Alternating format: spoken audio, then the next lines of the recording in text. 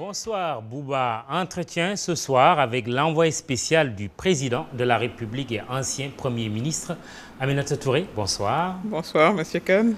Pour le régime auquel vous appartenez, tout va pour le mieux dans le meilleur des Sénégal possibles. Votre vision n'est-elle pas trop candide, voire décalée de la réalité? Non, c'est une vision réaliste. Nous sommes bien sûr un pays en voie de développement qui fait des progrès, mais des progrès certains. Et il faut toujours voir le verre à moitié plein et être optimiste dans beaucoup de domaines. À moitié vide aussi. Oui, mais on préfère le voir à moitié plein. Il est même plus de la moitié, puisqu'il y a des progrès importants qui sont faits dans différents domaines, que ce soit sur le plan économique, un taux de croissance de 6,7%, c'est quand même un excellent taux. Nous avons aujourd'hui de grands progrès qui sont faits dans le domaine de l'énergie. Monsieur le Président de la République inauguré hier à Malicounda une centrale. Parmi d'autres, il revenait de Bokal, une centrale solaire, donc de l'énergie propre. Il y a également, pour ce qui concerne les consommateurs, une stabilisation du niveau de vie. Nous avons également des avancées dans le domaine des infrastructures. Et tout ça mis ensemble, c'est ce qui explique ce taux de croissance important. Bien sûr, il y a des difficultés qui ne sont pas occultées. Lesquelles? Oui, mais il y a évidemment la question de l'emploi sur laquelle le gouvernement travaille pour s'assurer que justement les jeunes auront une perspective favorable. Et il y a des projets en cours, parmi lesquels Promoville qui va démarrer incessamment pour les jeunes des villes. Mais il y a déjà de la création d'emplois avec le programme d'urgence communautaire, le PUDC. Il y a un certain nombre de réalisations et on compte cela par centaines en termes de forage, en termes de pistes. Et tout cela génère également de l'emploi. Il y a également dans le domaine de l'éducation 2 universités qui sont en cours de construction et tout ça en 4 ans. Donc je pense que la tendance, elle est largement favorable et les Sénégalais également l'ont reconnu lors de différentes consultations. Ce n'est pas pour dire qu'il n'y a pas d'autres défis. Bien sûr, tant qu'on est un pays en développement, les défis seront là. Mais le plus important, c'est de voir qu'on est dans une lancée, dans une rampe de progrès. Et cela est reconnu par les institutions internationales qui sont non partisans. 2 centrales solaires, cela veut dire plus d'électricité pour les foyers, mais on s'attend à une baisse du prix de l'électricité. Conséquence logique, puisque le coût de production a baissé. Mais c'est dans Qu'est-ce que vous attendez pour le faire? C'est dans le futur. Il faut comprendre que l'électricité n'a pas augmenté depuis 4 ans. C'est unique dans l'histoire du Sénégal. Donc ça, il faut l'accepter. Elle n'a pas baissé non plus. Oui, mais c'est déjà la maintenance. La déflation, c'est des situations exceptionnelles, mais au moins la stabilité pendant 4 ans, parce qu'il nous arrivait d'avoir des hausses de prix 2 fois par an. Alors que quand même, le prix du baril de pétrole a beaucoup baissé. Aujourd'hui, il y a le solaire qui apporte en plus. Coût de production donc en baisse, donc baisse du prix aussi. C'est ce que le président de la République a d'ailleurs annoncé, mais laissons ce programme de souveraineté énergétique que nous sommes en train d'avoir, c'est comme ça que je voudrais l'appeler, qu'on puisse compter sur notre propre production énergétique. Et ça, c'est un programme qui quand même révolutionne un peu, parce que sans électricité, sans énergie, vous ne pouvez rien faire. Et depuis qu'on est indépendant, nous étions tributaires du pétrole pour produire de l'électricité. Et là, il y a une approche qui s'intègre d'ailleurs dans, disons, les grandes questions environnementales. Le président de la République se rendra à la COP22. Et la question de l'énergie solaire est une des grandes questions parce que c'est une énergie propre, même si elle est encore pas si bon marché que cela. Mais c'est dans le mix énergétique ensemble que justement nous allons acquérir notre souveraineté énergétique. Justement, et ça, c'est fondamental. Cette option d'énergie solaire, est-ce que c'est une vision propre à votre régime, au président Macky Sall, ou plutôt importée? Parce qu'il y a aujourd'hui la défense de l'environnement, la COP22, comme vous en avez parlé tout à l'heure. Oui, mais c'est son option, c'est l'option du président de la République, Macky Sall, dès le départ. Rappelez-vous que dès 2012, il y a eu une stratégie de développement de ce qu'on a appelé le mix énergétique, c'est-à-dire avoir les énergies traditionnelles, les énergies vertes, et tous ensemble, comme je l'ai dit, pour acquérir une certaine souveraineté. en termes d'énergie. Et tout cela s'inscrit dans le cadre des accords internationaux. Monsieur le Président de la République était à la COP 21 il y a 2 ans et cette année à la COP 22. Nous sommes dans un monde aujourd'hui interconnecté et il est heureux que justement l'approche du Président de la République s'inscrive dans la dynamique globale. Le soleil brille pour tout le monde, dit-il, mais quand il brille, il peut éblouir aussi et nous empêcher de voir d'autres réalités. La pauvreté est toujours une réalité au Sénégal, Madame le Premier ministre. Mais le soleil ne brille pas pour tout le monde. Mais il y a des progrès à faire, ça c'est certain. Malgré les bourses de sécurité familiale, la CMU, la pauvreté est toujours présente. Et il faut saluer cela d'ailleurs, ces programmes sociaux importants. 300 000 familles qui touchent une bourse venant de l'État, c'est également quelque chose de très révolutionnaire, disons progressiste pour les modérés. 300 000 familles, si vous comptez qu'il y a en moyenne 5 personnes dans une famille sénégalaise, ça touche quand même un nombre important de nos compatriotes qui sont dans des situations de vulnérabilité. Le développement, M. Kane, il faut le comprendre comme une succession de progrès pour arriver à l'émergence. C'est ça le concept du terme de l'émergence. Et évidemment, il faut, et c'est ce que le Président de la République fait, rester attentif aux besoins de nos concitoyens, et il le fait très bien, en fournissant de l'électricité à tout le monde. C'était un privilège des urbains, l'électricité. Et désormais, à travers l'énergie solaire, il y a une démocratisation de l'accès à l'électricité avec des possibilités, un fort potentiel de développement d'activités au niveau local. Donc tout ça, mis ensemble, c'est comme je l'ai dit, ce qui explique cette croissance aujourd'hui de 6,7% dont le Sénégal peut s'enorgueillir. L'énergie, c'est le pétrole et le gaz qui vont venir. Débat sur la transparence. Finalement, débat utile, non? Puisqu'on va vers une révision du code pétrolier. Le code minier a été également révisé. Cette polémique n'aura pas été inutile finalement. Mais il faudrait que le débat repose sur, disons, des fondements véridiques. C'est surtout ça le plus important. Mais évidemment, l'opposition a pour vocation, comme son nom l'indique, de s'opposer. Et le gouvernement, le président, préside aux destinées du pays. Et effectivement, il y a des décisions qui sont prises, qui ont été prises avant. Il ne faut pas aussi penser qu'il y avait un vide du point de vue de la législation. On parle du Conseil sur le pétrole et le gaz, il y avait le code minier, mais les progrès se nourrissent voilà, de nos discussions et c'est comme ça qu'il faut le percevoir. C'est, à mon avis, la définition d'une démocratie dynamique.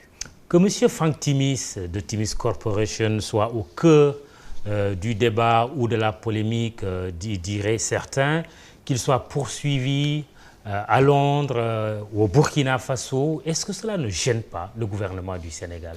Bon, je vous laisserai discuter avec M. Timis, mais je crois que tous les éclairages et les clarifications ont été donnés voilà, par M. le Premier ministre et par le porte-parole du gouvernement. Mais une chose est constante, M. Kane, c'est qu'il n'y a pas eu manquement aux lois ou aux règlements de ce pays. Ça, c'est important.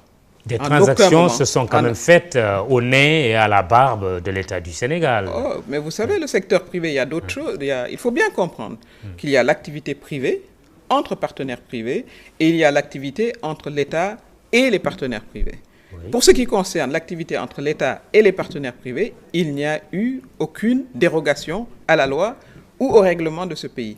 Entre partenaires, c'est des accords privés et à ce niveau-là, il n'y a pas non plus eu manquement à la législation. C'est ça la constante. Des opérations qui auraient pu être fiscalisées, par exemple, imposées. Ah non, non, non, pas du tout. Parce qu'il n'y a jamais eu posé sur la table la preuve qu'il y a eu échange numéraire.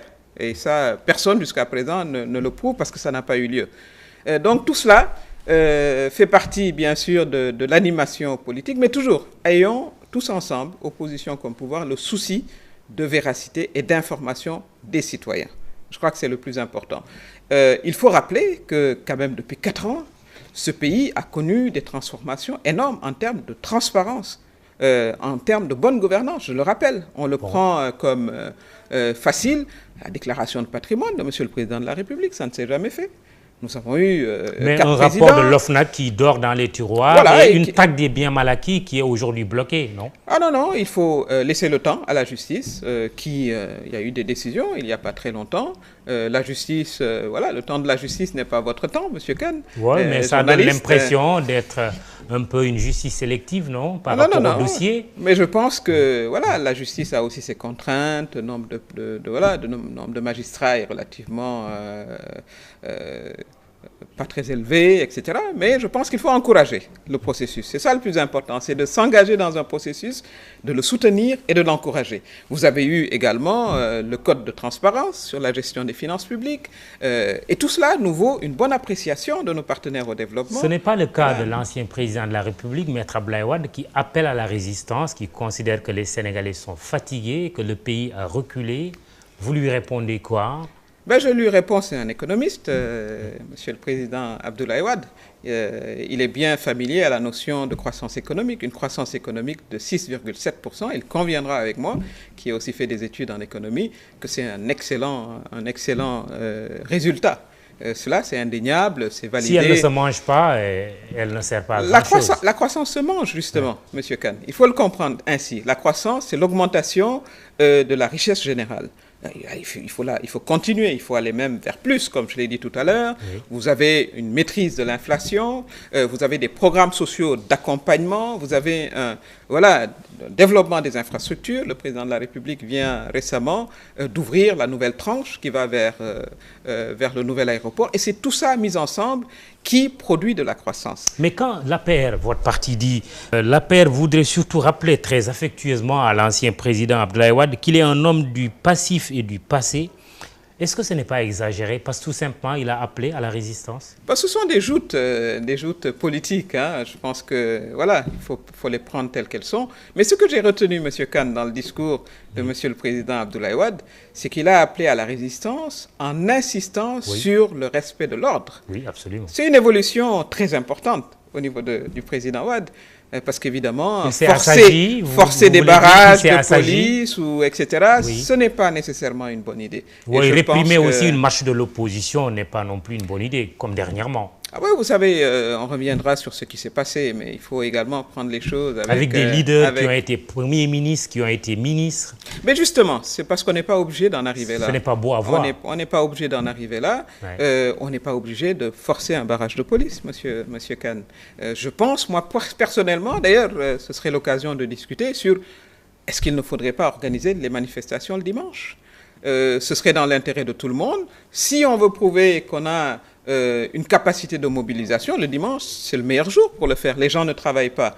Et on ne dérangerait pas également... Pourvu qu'on puisse accéder à tous les endroits aussi. Non, vous ne pouvez pas. Parce qu'il y a un périmètre inaccessible, non? Ben oui, mais dans tous les pays du monde, Monsieur Kane. Bon, on manifeste devant la Maison-Blanche, par exemple. Oui, mais elle est encadrée. Vous ne manifestez pas dans la pelouse de Monsieur Obama. Il y a partout des espaces de sécurité. Ici non plus, ce ne sera pas dans la pelouse de Monsieur le Président Macky Sall. Mais si l'idée de la manifestation, c'est de montrer qu'on a du monde, on peut s'entendre. Ça, c'est des choses sur lesquelles l'opposition et le pouvoir devraient s'entendre. On s'est entendu sur des choses plus compliquées. Mais le souci, c'est que l'opposition puisse exercer son droit de manifestation, tel que consacré par la Constitution, que les citoyens puissent vaquer à leurs occupations et que l'ordre règne. Et ça, le Sénégal sait le faire, on l'a fait depuis plusieurs décennies. Assemblée nationale HCCT, président Assemblée nationale Moustapha Niasse, du HCCT Ousmane Tanor Dieng, des observateurs disent que le président Macky Sall s'entoure de vieux. Que répondez-vous à cette critique? Nous sommes aussi ses compagnons. Nous ne sommes pas jeunes, mais je pense que c'est également une gouvernance intergénérationnelle. C'est comme ça qu'il faut le voir. Des générations qui sont ensemble et qui travaillent ensemble. Et je pense que c'est productif pour le pays parce qu'il faut l'expérience, il faut l'énergie, même si c'est le président de la République qui est dépositaire de la majorité des suffrages. C'est comme ça que moi je le perçois. Vous avez parlé des jeunes de l'APR, c'est un parti également jeune. Il faut analyser tout l'aéropage. Vous avez des maires qui sont très très jeunes. Le président du conseil départemental de Guinguinéo, par exemple, a tout juste 30 ans, etc. Donc, moi, je le perçois comme une gouvernance intergénérationnelle. aux États-Unis, M. Biden, qui est le vice-président, est quand même beaucoup plus âgé que M. Obama. Donc, il faut voir les choses d'une manière positive. On va vers des législatives en juin 2017. L'APR n'est pas intéressé par la tête de liste, voire l'Assemblée nationale, la présidence de l'Assemblée nationale. Nous en discuterons dans notre parti. Vous en ferez un sujet de discussion? Oh, certainement, certainement. Nous en discuterons comme nous discutons de l'ensemble des questions importantes pour la nation et pour notre parti. Votre parti qui n'est pas structuré, pourquoi? Mais notre parti qui gagne. Alors, c'est une démarche volontariste du président du parti dès le départ, en insistant sur la mobilisation à la base. Je rappelle que sur 517 collectivités territoriales,